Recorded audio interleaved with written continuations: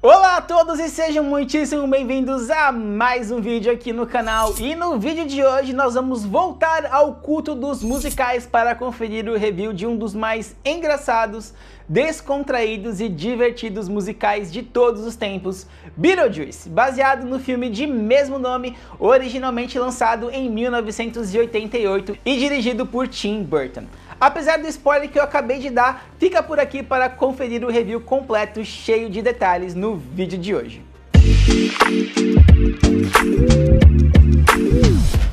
Importante salientar e notar e deixar bem claro que, embora este musical tenha nascido na Broadway, eu o assisti em sua versão on tour, que honestamente é bem parecida com a da Broadway, com não mais do que 2 a 4 mudanças na cenografia e no texto originais. Eu assisti o musical em Orlando, no Walt Disney Theater, localizado dentro do centro Dr. Philip, na área central de Orlando, um pouco fora ali das regiões dos parques.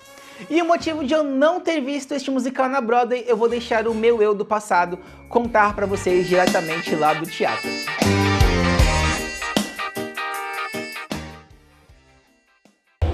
Quando esse musical estreou a primeira vez, eu não tinha dinheiro para ir para Nova York assistir.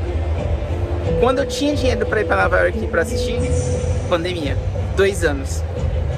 Quando acabou a pandemia, eu falei, vou assistir Beetlejuice em Nova York. Ele foi expulso do teatro dele, é sério. Um musical do Hugh Jackman expulsou o Beetlejuice do teatro dele. E o musical acabou por um tempo. Aí, ele reabriu uma vez mais, novamente, em Nova York, no Winter Garden, que é um outro teatro que tem lá na Broadway. E que adivinha o que aconteceu? Nesse período de 3 anos, não tinha dinheiro de novo. Comecei a trabalhar de novo, tinha dinheiro de novo. Falei, agora eu vou. Saiu on tour, ou seja, não estava mais em Nova York, foi para várias cidades, nada a ver. Marquei essa viagem para Orlando para fazer coisas completamente diferentes, para comprar equipamento, para fazer uns trabalhos. E aí, eu vou embora depois de amanhã. E aí, do nada, minha companheira, minha parça, acordou de madrugada e foi pesquisar esse musical e adivinha só. Hoje, 2 dias antes da gente ir embora, está estreando aqui em Orlando. E é hoje. Depois de 4, 5 anos de espera, finalmente assistirei Beetlejuice ao vivo. Detalhe, vai estrear no Brasil. Só que vai começar pelo Rio de Janeiro, só em outubro. Foi adiado, era pra ter estreado ano passado. Então assim, demorou tanto que eu tô aqui e vou assistir aqui 1 ano antes, talvez, de abrir em São Paulo. 1 ano não, mas uns 10 meses antes de abrir em São Paulo. Então, aguenta a coração, vai começar. Depois de toda essa saga, hoje já sabemos que Eduardo Stablish está vivendo o Exorcista dos Vivos aqui no Brasil. O resultado eu vou contar para vocês assim que eu conferir a versão nacional deste musical, que vem para São Paulo no ano que vem. Enquanto isso, eu vou contar para vocês não apenas o que é Beetlejuice The Musical, mas também, muito importante, eu vou contar para vocês o que este musical não é. Beetlejuice The Musical não é uma adaptação fiel do filme original. E isso fica claro logo de cara. O musical é muito mais desenvolvido que o filme original, em um caso similar ao que aconteceu com Mudança de Hábitos. O tempo permitiu que o time de desenvolvimento do musical pudesse melhor compreender o material original e destilar toda a sua essência ao mesmo tempo que o melhorou em todos os aspectos possíveis. Personagens que antes tinham pouca ou nenhuma motivação se tornaram vitais, como é o caso, por exemplo, de Delia Deeds, a madrasta no musical e também coach de vida.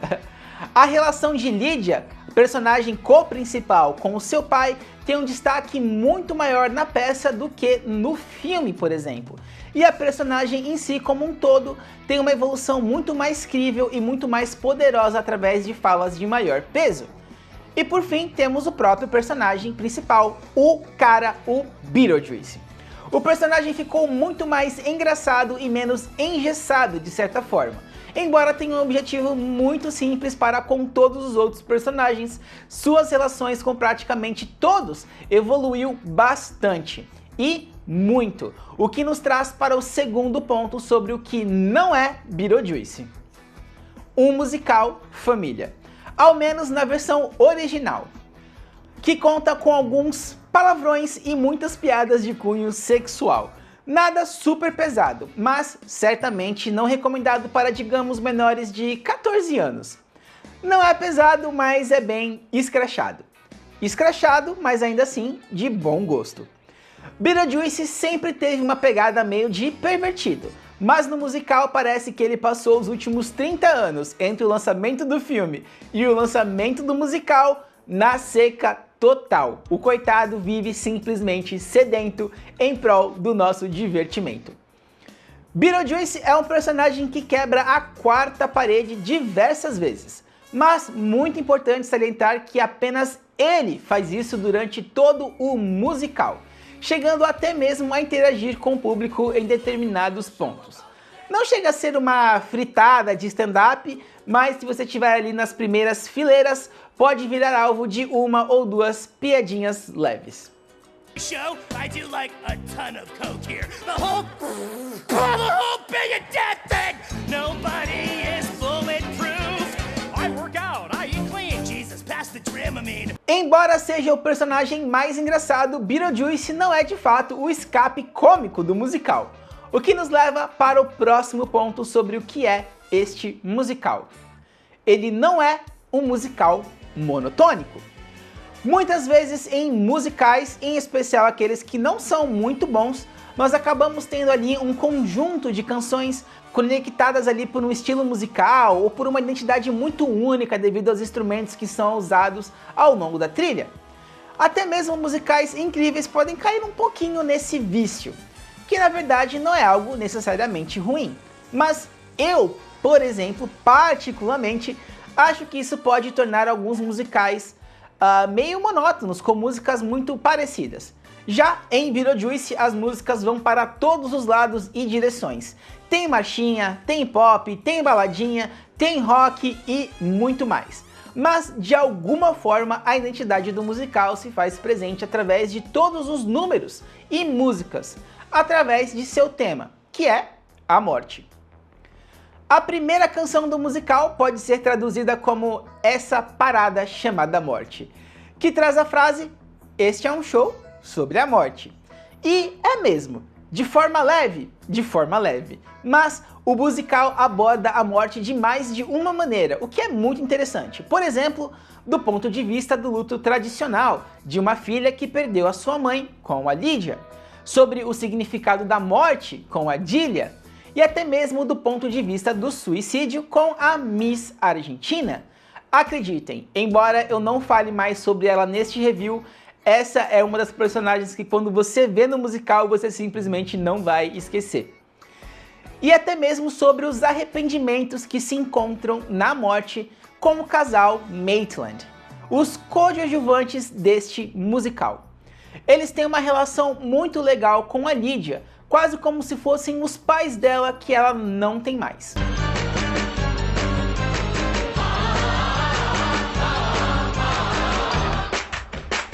Em resumo, a história do musical é a seguinte: os Maitlands são as pessoas mais pacatas do mundo, que se ocupam de hobbies apenas para os distrair do fato que eles morrem de medo de ter um filho ou de simplesmente se aventurar em qualquer coisa fora de suas casas, até que eles simplesmente morrem no meio de uma conversa corriqueira.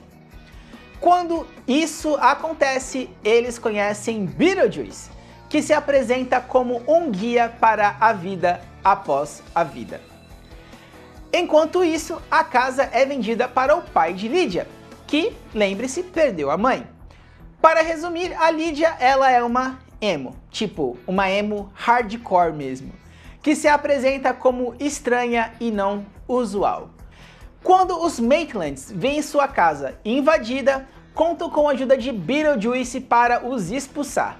Mas, na verdade, tudo que ele quer é que uma pessoa viva diga o seu nome 3 vezes para que ele possa ser visto por todos os vivos. Por um acaso, Lídia consegue ver os fantasmas. E daí eles acabam formando uma aliança que desencadeia todo tipo de confusão fantasmagórica de outro mundo. A trajetória da história é de Lydia, reconhecendo um novo começo e aceitando a sua nova recém-formada família. Para contar esta história, o musical conta com 17 canções originais, já contando a já mencionada essa parada chamada morte. Como destaque temos Dead Mom, ou Mãe Morta, o solo musical de Lydia que é simplesmente maravilhoso.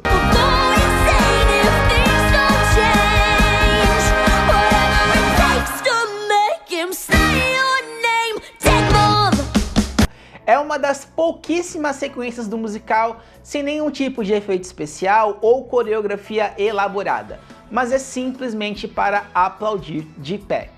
Já a canção Say My Name, ou Diga o Meu Nome, o dueto quando Lydia e Beetlejuice se conhecem, conta com um jogo de palavras e uma troca de texto que é feita de forma estupenda.